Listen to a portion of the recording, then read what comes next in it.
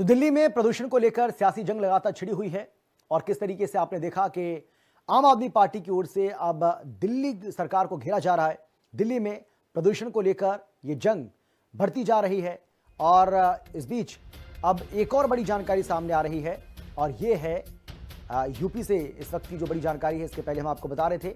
लेकिन दिल्ली में बढ़ते प्रदूषण को लेकर हिंदी खबर ने पर्यावरण विशेषज्ञ डॉक्टर मनु सिंह से खास बातचीत की है। इस दौरान उन्होंने कहा कि पिछले 2 सप्ताह से हवा बेहद खतरनाक है और हालात बहुत ज्यादा चिंताजनक हैं। ऐसे में स्वास्थ्य के ऊपर कुठाराघात हो रहा है। उन्होंने क्या कुछ कहा, आप सुनिए। राष्ट्रीय राजधानी दिल्ली में लगातार प्रदूषण का स्तर बढ़ रहा है। सरकार हर संभव प्रयास कर रही है, लेकिन अभी भी प्रदूषण से हालात नहीं सुधर रहे हैं। इस पर ज्यादा बातचीत करने के लिए डॉक्टर मनु सिंह मेरे साथ हैं, पर्यावरणविद हैं। बातचीत कर लेते हैं।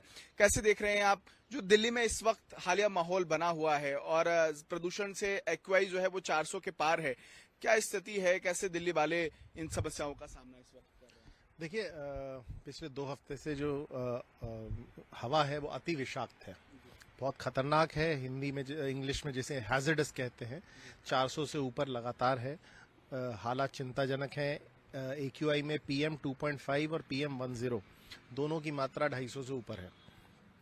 तो ऐसे में सबसे पहले तो स्वास्थ्य के ऊपर ही कुठाराघात हो रहा है।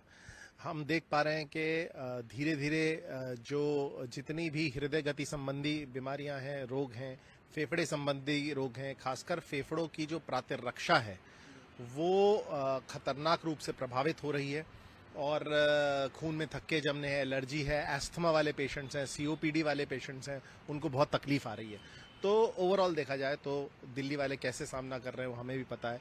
एक दिन में अगर आप बाहर रहते हैं तो लगभग 23 से 24 सिगरेट का धुआं जितना खतरनाक उतना आप ग्रहण कर रहे हैं और अपेक्षा से अधिक पटाखे जलाए गए थे और तभी से जो हवा का स्तर विषैला हुआ है, जो एक्यूआई बिगड़ी है, वो तभी से नहीं सुधर पाई है।